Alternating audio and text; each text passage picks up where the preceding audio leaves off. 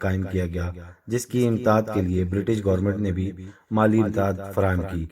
Doctor Ram Dayal اس ہسپتال کے پہلے انچارج مقرر ہوئے۔ ڈاکٹر عمر بخش، ڈاکٹر دیوان علی، ڈاکٹر یعقوب بیگ اور ڈاکٹر محمد دین وغیرہ کے نام آج بھی زبان زد عام ہیں۔ ملکہ وکٹوریہ کے دور اقتدار کی گولڈن جوبلی کی یادگار میں 1852 میں اندرون شہر جوبلی زنانہ ہسپتال قائم کیا گیا، جہاں خواتین اور بچوں کا مفت علاج معالجہ ہوتا۔ یہ ہسپتال آج بھی موجود ہے۔ بھاولپور، بھاول نگر اور احمد پور شرقیہ میں آج بھی خواتین کے علاج معالجے کے لیے زنانہ ہسپتال قائم کیے گئے۔ 1930 میں بھاولپور وکٹوریہ ہسپتال میں توسیع کی گئی، نیا ڈی بی وارڈ، نیا آپریشن تھیٹر، بستروں کی تعداد میں اضافہ کیا گیا۔ 1938 میں سرجن ڈاکٹر جمیل الرحمان، موجودہ وفاقی وزیر مملکت برائے تعلیم و داخلہ میاں بلیغ الرحمان کے دادا کی سربراہی میں ایکس رے کا شعبہ قائم کیا گیا۔ پوری ریاست میں ہسپتالوں اور ڈسپنسریوں کا جال بچھا دیا گیا، جہاں علاج کی مفت سہولیات کے علاوہ مریضوں کو خوراک بھی مہیا کی جاتی۔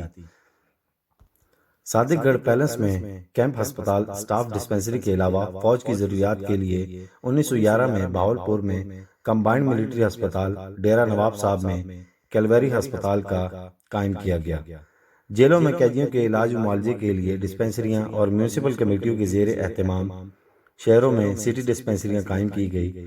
ڈاکٹرز، نرسوں اور ڈسپنسرز اور حکیموں کو ملک کے دوسرے علاقوں کی نسبت زیادہ تنخواہیں اور مراعات دی جاتی تھی۔ 1953 سے 1954 میں بھاولپور وکٹوریہ ہسپتال میں بڑے پیمانے پر توسیع کی گئی۔ N D T, I T وغیرہ کے لیے علیحدہ شعبے قائم کیے گئے، نرسنگ اسکول اور پیرامیڈیکل اسکول قائم کیے گئے۔ طب یونانی کی ترویج کے لیے ریاست کے شہروں میں شفا خانے قائم کیے گئے۔ مشہور ناول نگاری بشرا رحمان کے والد حکیم عبدالرشید کو اس منصوبے کا پرنسپل مقرر کیا گیا۔ سر صادق خان کے دور میں شہر کے تمام تعلیمی اداروں میں طلبہ کو مفت معائنہ کیا جاتا۔ حکومت کی طرف سے ہر 6 ماہ بعد طلبہ کے دانتوں کے مفت معائنے کے لیے ڈینٹل سرجن ڈاکٹر گراداری لال کو مقرر کیا گیا۔ اسلامی روایات کے علمبردار ریاست بھاولپور میں ننگے سر پھرنا معیوب سمجھا جاتا تھا۔ ہندو مسلم میں سب کے لیے لازم تھا کہ وہ بغیر سر ڈھانپے گھر سے باہر نہ نکلیں۔ ترکی ٹوپی درباری لباس یونیفارم کا اہم حصہ تھی۔ سرخ یا کلیجی رنگ کی بانات کی ترکی ٹوپی پہننے کا رواج عام تھا۔ فوجی وردی کے ساتھ خاکی رنگ کی ترکی ٹوپی استعمال کی جاتی تھی، جس پر ریاست کا پیلیکن والا سرکاری مونوگرام ہوتا تھا۔ نواب صاحب، شہزادگان اور شاہی خاندان کے افراد بعض اوقات سفید ترکی ٹوپی اس کا استعمال بھی کرتے تھے۔ نواب صاحب کی فوج کے گھڑ سوار، جانثار، محافظ دستہ کے سپاہی سیاہ رنگ کی ترکی ٹوپی پہنتے تھے۔ روایات کی پابندی کی اس بڑی مثال اور کیا ہو سکتی ہے کہ پرائم منسٹر کرافٹن اور پرائم منسٹر کرنل رنگ بھی نواب صاحب کے سامنے پیش ہوتے تو ترکی ٹوپی میں ضرور پہنتے۔ کرافٹن کی کار میں ترکی ٹوپی کا ڈبہ ہر وقت موجود ہوتا تھا۔ وہ جیسے ہی سر صادق خان صادق گڑھ پیلس میں داخل ہوتا، فلیٹ ہیٹ اتار کر ترکی ٹوپی پہن لیتا۔ تقسیم برصغیر و پاک و ہند کے انڈین نیشنل کانگریس اور جواہر لال نہرو کی طرف سے نواب سر صادق خان کو بے شمار آفرز کی گئی اور اپنی ریاست کا الحاق ہندوستان کے ساتھ کر دیں، مگر نواب صاحب نے اس موقع پر یہ تاریخی جملہ کہا، میرا سامنے کا دروازہ پاکستان میں اور پچھلا دروازہ ہندوستان میں کھلتا ہے۔ ہر شریف آدمی اپنے سامنے کے دروازے سے آمد و رفت زیادہ پسند کرتا ہے۔ اس طرح 1947 میں قیام پاکستان کے وقت سب سے پہلے نواب سر صادق محمد خان نے اپنی ریاست بھاولپور کا پاکستان سے الحاق کیا۔ ریاست کے وزیر اعظم نواب مشتاق احمد گورمانی نے پاکستان کے قیام کے 3 دن بعد عید الفطر کے موقع پر عیدگاہ میں اس الحاق کا اعلان کیا۔ اس موقع پر سر صادق خان نے اپنی فوج پاکستان آرمی میں ضم کر دی۔ قائد اعظم محمد علی جناح بطور گورنر جنرل حلف اٹھانے کے لیے نواب صاحب کی ذاتی رولز رائس کار میں جاتے ہوئے نظر آئے۔ قائد اعظم محمد علی جناح کو قیام پاکستان کے 3 دن قبل بھاولپور کی 1st انفینٹری بٹالین نے گارڈ آف آنر اور رائل سیلیوٹ پیش کیا۔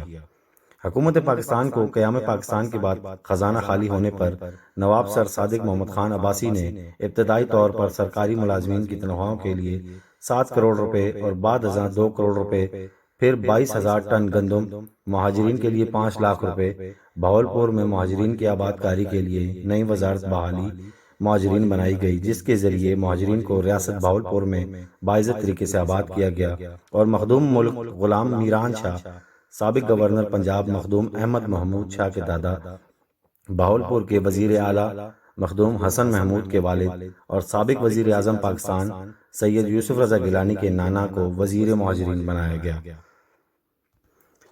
نواب آف بہاولپور کی ملکیت کراچی ملیر میں واقع شمس محل، جو 45 ایکڑ پر واقع تھا، گورنر جنرل قائد اعظم محمد علی جناح کی نجی رہائش گاہ بنا دیا گیا۔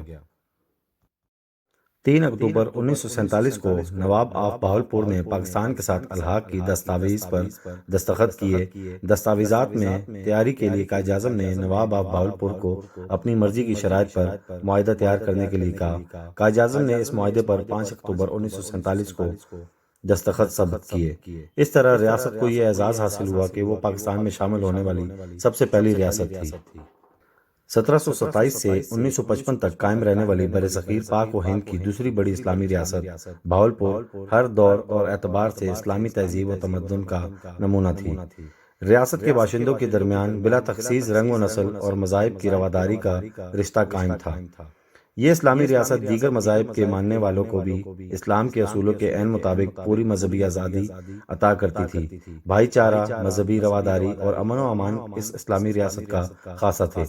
یہ ریاست اسلامی تہذیب و تمدن کا نمونہ تھی، امن کا گہوارہ تھی، جہاں بلا تخصیص رنگ و نسل اور مذہبی رواداری کا ایسا لازوال رشتہ قائم ہوا، جہاں مسلمانوں کے مختلف فرقوں کے درمیان تعصب تو دور کی بات، ہندوؤں، مسلمانوں اور سکھوں کے درمیان جو رواداری دیکھنے میں آتی تھی، فی زمانہ ناپید ہے۔ اسی مذہبی رواداری کے پیش نظر مختلف شعبہ ہائے زندگی سے تعلق رکھنے والے غیر مسلم خاندان بھی ریاست میں آ کر نہ صرف آباد ہوئے بلکہ مطمئن زندگی گزارتے رہے۔ ریاست کی تعمیر و ترقی میں مسلمانوں اور غیر مسلمانوں نے بڑھ چڑھ کر حصہ لیا۔ زندگی کے ہر شعبے میں مسلم اور غیر مسلم اکٹھے کام کرتے نظر آتے تھے۔ تعلیمی اداروں میں یا دفاتر میں، نجی محفلیں یا تہوار، سب ایک دوسرے کا احترام کرتے نظر آتے۔ شادی بیاہ، غمی کی محفلیں ہوں یا سرکاری تقریبات میں مسلم و غیر مسلم اکٹھے نظر آتے تھے۔ اگر غیر مسلموں کی بارات کسی مسجد کے سامنے سے گزرتی تو احتراماً بینڈ باجے بند کر دیے جاتے۔ عیدین کے موقع پر ہندو حلوائی قسم قسم کی مٹھائیاں تیار کرتے۔ مذہبی تقریبات اور تہوار میں ایک دوسرے کا احترام ملحوظ خاطر رکھا جاتا۔ جس طرح مسلمان ملازمین کو حج کے موقع پر چھٹی اور پیشگی تنخواہیں دی جاتی، اس طرح ہندوؤں اور سکھوں کو بھی ان کے تہواروں پر چھٹی اور پیشگی تنخواہ دی جاتی تھی۔ نواب سر صادق خان کے عہد میں مسلمانوں کے مختلف فرقوں کے درمیان کبھی کوئی تنازع دیکھنے میں نہیں آیا۔ جمعے کی نماز ہو یا عیدین، سب ایک عیسائی خطیب قاضی عظیم الدین رحمۃ اللہ علیہ کی امامت میں ادا کرتے نظر آتے۔ میلاد نبی صلی اللہ علیہ وآلہ وسلم کی محفل ہو یا شب معراج، ہر مکتبہ فکر کے لوگ جامع مسجد الصادق میں اکٹھے ہوتے تھے۔ اس محافل میں نواب سر صادق خان بذات خود بھی شرکت کرتے تھے۔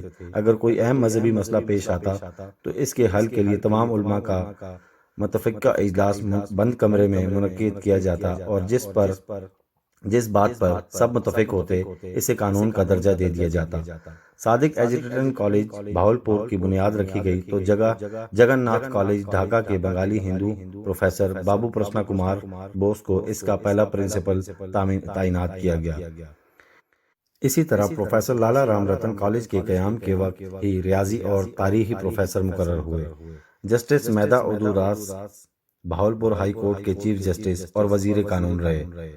اپنی انصاف پسندی کی وجہ سے مسلم غیر مسلم سب میں مقبول تھے۔ انہوں نے پرخطر وقت میں بہاولپور اور نواح بہاولپور کے انتظامات کو بحال رکھنے میں محنت سے کام کرنے والے قابل تقلید نمونہ قائم کیا۔ ہندوؤں اور مسلمانوں کے تہواروں پر ان کے مقام پر عوام الناس کا رش دیکھنے میں آتا۔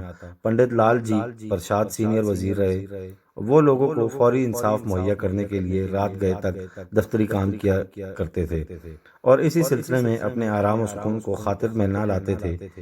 ان کی وفات پر حکومت بہاولپور نے ان کی خدمات کے اعزاز میں لال جی سرائے اور لال جی تالاب بنوائے۔ دیوان اساند چیف جسٹس فتح چند اور بہاولپور کی تاریخی ادارے صادق ڈیڈینن ہائی اسکول کے ہیڈ ماسٹر چمن لال جتانا کا شمار ریاست کی ہر دل عزیز شخصیات میں ہوتا تھا۔